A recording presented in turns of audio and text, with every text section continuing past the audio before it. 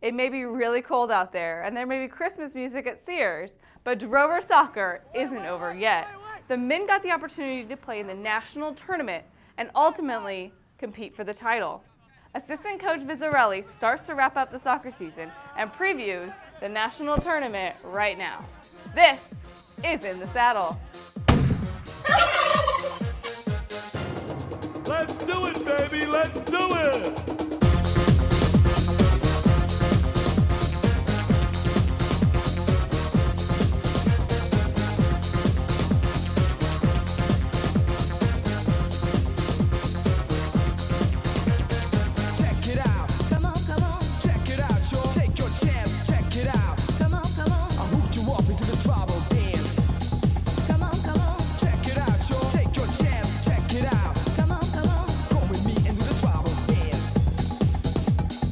They got the rhythm tonight. They're in the zone. You got to move it, feel the temperature into the rhythm.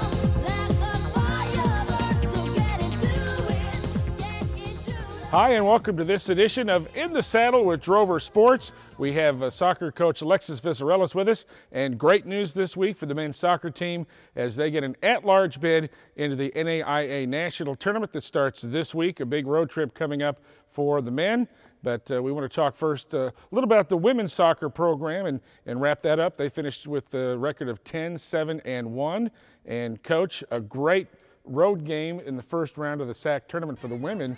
They lost 7-1 at John Brown just the week before, but forced a double overtime game in the conference tournament. Yeah, I mean, I think it just showed us what our women are capable of. I mean, obviously we didn't get the result, but to turn around such a deficit like we had 7 or 6 days before, to come out, just credit to the players and the coaching staff. I think it just shows you, what the women can be capable of. We were unlucky in the game.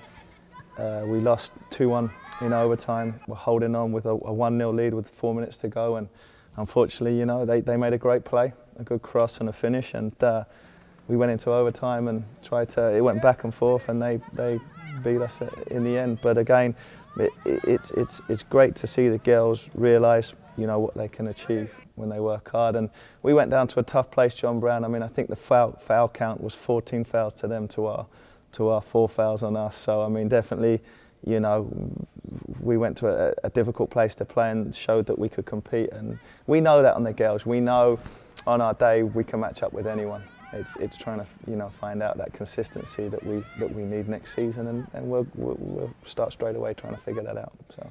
Had 2 players named first team Sooner Athletic Conference, so that's great news for those young ladies. Yeah, Annie and Annie Zock and Taylor Fain, very consistent players all year.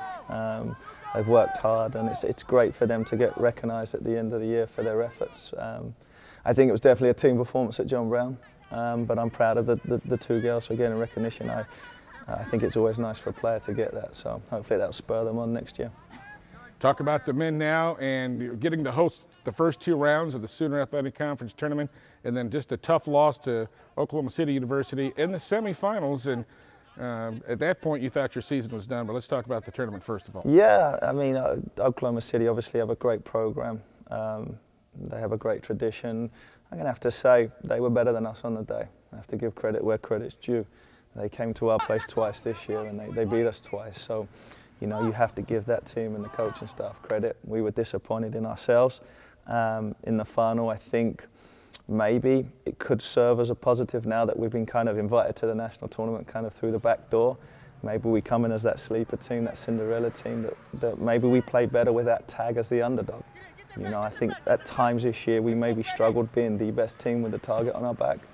Maybe as we come in under the radar, it's something that we can use to our advantage, because we know we have to work hard to succeed, to achieve success at the end of the day. And if we can do that, we will be successful. So training all week this week has been nothing but hard work, getting back to basics and doing the right things, because I think in the conference tournament we maybe,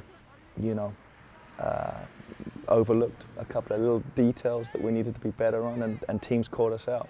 Credit to them. We came in against Oklahoma Christian and played very well. First half, one of the best 45 minutes of soccer I've seen the men play. and it kind of killed the game off. And then we came against a tough OCU team and were second best on the day. So hopefully, like I told the boys today in training, there's no second chances now. We have to win from now on. And what's great too is OBU, Oklahoma Baptist, the conference tournament champion and the regular season champion, they got an automatic berth. USAO gets a berth, but Oklahoma City University's at home. They don't get to go to the national. Yeah, it's tough on them. But you know, like any time you get a chance to compete in a national tournament, you take it. So, you know, we're grateful, we're humble, and we'll go down there and try and represent our university the best that we can. University of Texas at Brownsville, so that's again about a 12-hour road trip down there. So have a safe trip down there when you go.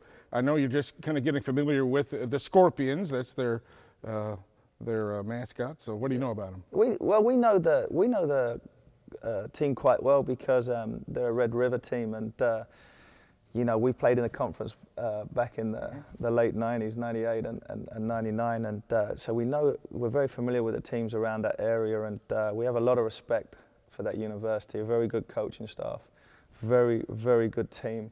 It's going to be a tough test. They're probably they're unbeaten at home, unbeaten in conference, and I think they're on a 6 or 7 game winning streak. So they're definitely in the habit of winning. So we know we're going to have to play very, very well to hold that.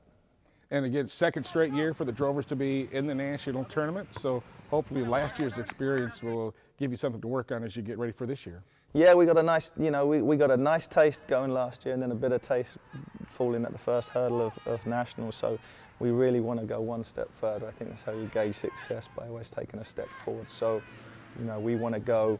Right now, the boys really feel that this is kind of like the pre-party to the real party, which is, you know, going down to Alabama for the real thing. So if we can get past this first hurdle, then, you know, it bodes well for the future. But it's a tough test. We're definitely not overlooking this first step. We're coming in and just thinking about one game and one game only, and that's, you know, this next game.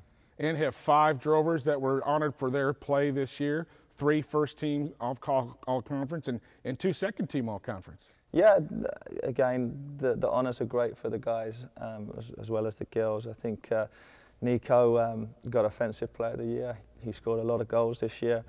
Nicholas, Newcomer of the Year. So that's good for him. It just means he gelled straight away and he's bought into the system. And then, you know, obviously now, you guys will probably call him a playmaker. He sets up a lot of goals for the boys, and he's been very, very good this year. And John and Scott, the 2 Liverpool lads, got on the second team all conference, so they're good lads and they've worked very hard for that. Coach, thanks for coming out, and good luck down at Brownsville. All right, appreciate it, my man.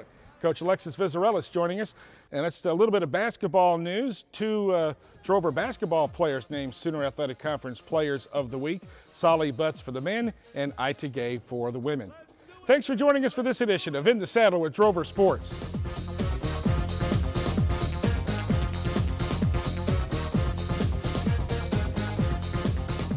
Thanks for tuning in to this week's show.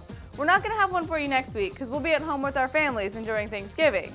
So you eat that turkey and stuffing, and we'll see you back here the week after that for more In the Saddle.